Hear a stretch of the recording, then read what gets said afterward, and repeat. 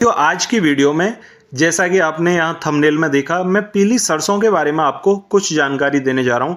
और आज की वीडियो का जो पैटर्न है वो मैंने चेंज किया है।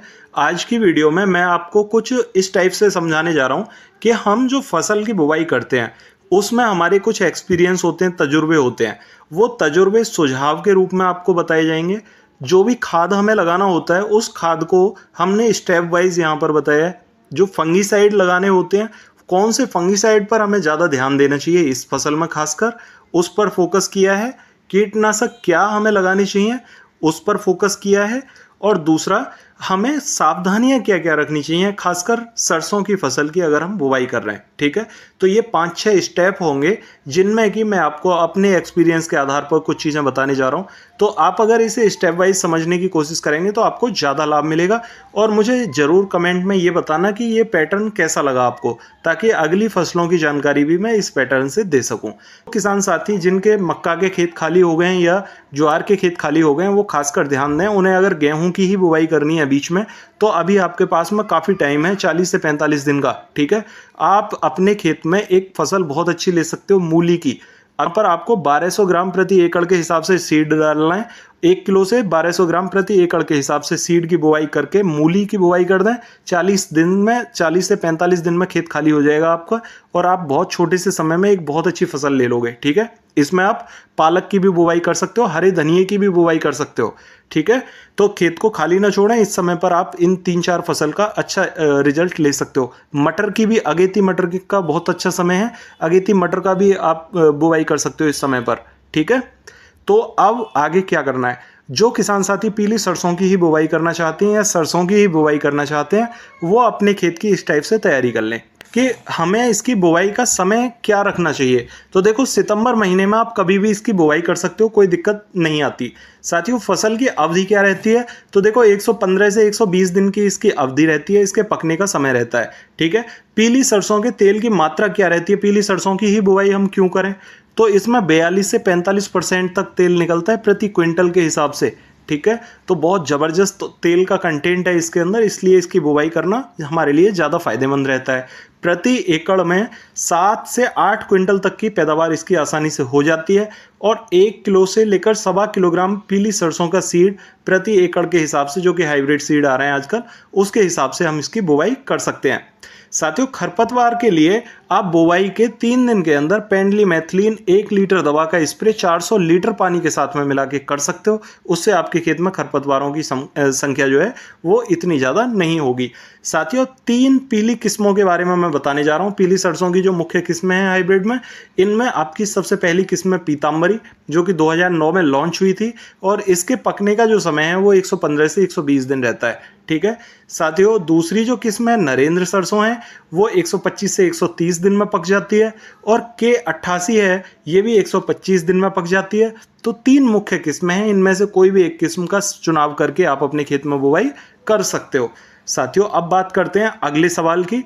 इसमें कुछ सावधानियां मैं आपको बताने जा रहा हूँ। क्या सावधानियां हैं साथियों, पीली सरसों बो या सरसों की बुवाई करो या मटर की बुवाई करो, जिन फसलों में, या फिर दलहनी फसलों में उड़द की बुवाई आप कर रहे हो या मूंग की बुवाई कर रहे हो, इन फसलों में खासकर ध्यान देना चाहिए कि हमें अपने खेत में जो बरसात की नमी होती है उसमें कभी बुवाई नहीं करनी चाहिए। ठीक है, इसकी बुवाई जब भी आप करो, पलेवा करके करो। बेशक एक खाद कम लगा लो, लेकिन पलेवा करके इसकी बुवाई करो। 2 दिन लेट फसल बोलो, लेकिन पलेवा करके बुवाई करो। ठीक है, ये बात आप समझ जाओ बिल्कुल कि पलेवा करके ही बुवाई करनी है। अब अगला सवाल क्या है, अगला पॉइंट है, अगली जो सावधानी है वो ये है कि बीज को ट्रीट आप जरूर करें।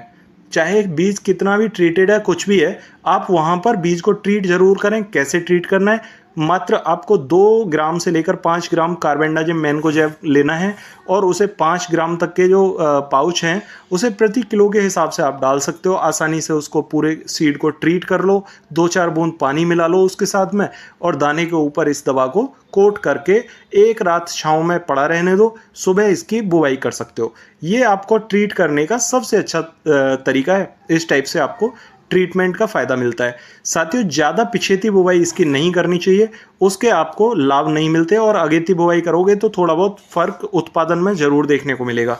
साथियों 100 ग्राम सीड प्रति एकड़ के हिसाब से फालतू डाल के चलें। बेशक कुछ पौधे आपको आगे घना होने पर निकालने पड़ जाएं, कोई दिक्कत नहीं है। साथ खरपतवार की दवा लगाना चाहते हैं तो बुवाई के 3 दिन के अंतर खरपतवार की दवा आपको अवश्य लगा देनी चाहिए। इसके बाद में लेट करेंगे तो आपको दिक्कत होगी। हम पहले स्टेप में क्या करेंगे तो देखो, खाद महत्वपूर्ण है, पानी महत्वपूर्ण है और फंगीसाइड महत्वपूर्ण है। ठीक है, इन पर आपको ध्यान देना होगा। फंगीसाइड में आप एक चीज़ का यहाँ पर ध्यान रखें कि हम पहली फसलों में सभी में कॉपर का यूज़ करते चले आए थे। हमें सरसों में कॉपर लगाने की ज़रूरत नहीं पड़ेगी। ठीक है, ये हल्के फंगीसाइड से ही कंट्रोल हो जाता है और इसमें कार्बेंडाजिम 12% और मैनकोजेब 63% का यूज़ करके ही आप अच्छे रिजल्ट ले पाओगे। चाहे वो कैसी भी फंगस है, उसका समाधान इससे आसानी से हो जाता है। साथियों, अब बात करते हैं बेसल डोज की कि बेसल डोज में हमें क्या डालना चाहिए। तो देखो, जब भी आप सरसों की बुवाई करने जाओ तो यहाँ पर आप यूरिया 35 किलोग्राम ले लें और उसके साथ में सिंगल सुपर फास्फेट या तो 50 किलोग्राम डाल दें या 15 से 20 किलोग्राम सरसों की खल। ठीक है, सरसों की खल को थोड़ा बारीक करके आप उसके साथ में यूरिया खाद 35 किलोग्राम प्रति एकड़ के हिसाब से मिला के आप उसी में सरसों मिला के बुरकाव कर दें और बहुत अच्छा रिजल्ट आपको देखने को मिलेगा। इस टाइप से आप अपने खेत की बुवाई कर सकते हैं। साथियों, पानी की समस्या सबसे विशेष रहती है कि पानी हमें कब लगाना चाहिए सरसों में। तो देखो, 40 से 45 दिन के आसपास जब फूल छिटकना शुरू हो और तना हमारा मजबूत होने लगे, उस समय पर हमें अपने खेत में पानी लगाना चाहिए और उसी से हमें फुटाव भी ज़्यादा देखने को मिलता है। पत्तियों के बराबर से हल्का हल्का फुटाव जब निकलने लग जाए, उस अवस्था में आपको समझ लेना चाहिए कि अब खेत में पानी की ज़रूरत है और उसी समय पर जैसे ही हम पानी लगाते हैं बहुत ज़बरदस्त फुटाव निकल के आता है। साथियों, पहले पानी पर हमें खाद क्या लगाना चाहिए, इस बात में बहुत सारे किसान साथी सोचते हैं कि हमें क्या लगाना चाहिए। तो देखो, मैंने बताया था जिन खेतों में चिकनी मिट्टी है, जहाँ पानी कम सोखता है। ठीक है, दूसरी बात कि उन खेतों में, जिन खेतों में किसान साथी पहले से तजुर्बा करते आए हैं कि पानी लगाने के बाद उनकी फसल दब जाती है, बैठ जाती है। ठीक है, वो 35 किलोग्राम तो लेंगे यूरिया यहाँ पर। ठीक है, ह्यूमिक आप 1 किलोग्राम प्रति एकड़ के हिसाब से यूरिया के साथ मिला लेंगे। कार्बेंडाजिम 12% और मैनकोजेब 63%, 500 ग्राम क्वांटिटी को इसी खाद के साथ मिलाना है आपने। ठीक है, इसी खाद के साथ मिला के पानी लगाने से एक दिन पहले बुरकाव कर दें। जैसे सपोज करो आपने कल सुबह पानी लगाना है तो आज शाम को बुरकाव कर दें, रात रात पड़ा रहने दें खाद को, सुबह पानी लगा दें। साथियों, अगर इस टाइप से ट्रीटमेंट करेंगे तो ये जो कार्बेंडाजिम मैनकोजेब है ना, ये आपके खेत में फंगस नहीं आने देगा। ज़्यादा पानी लगने की वजह से फसल में फंगस आ जाती है और इस फंगस की रोकथाम करने के लिए ये फंगिसाइड्स ज़रूरी हैं। अगर आपको ज़्यादा ही समस्या होती है पानी की वजह से तो आप यहाँ पर 500 ग्राम कॉपर ऑक्सीक्लोराइड भी डाल सकते हो, उससे आपको और अच्छे रिजल्ट देखने को मिलेंगे। ठीक है, आप ये समाधान अपनी फसल में ज़रूर करें, खासकर उन खेतों के लिए जिनमें पानी भर जाता है या उन खेतों में जिनमें अपनी गलती से थोड़ा पानी फालतू चला गया है या ज़्यादा लग गया है। ठीक है, आप इस टाइप से ट्रीटमेंट करके ज़्यादा अच्छे रिजल्ट ले पाओगे। साथियों, तने में या पत्तियों पर किसी तरह की फंगस अगर दिखाई देती है तो आपको क्या करना है, यहाँ पर कार्बेंडाजिम 12% और मैनकोजेब 63%, आप मात्र 250 ग्राम ले लें। ठीक है, और उसमें यूरिया मिक्स कर लें 600 ग्राम और मिला के आप उसका एक स्प्रे कर दें।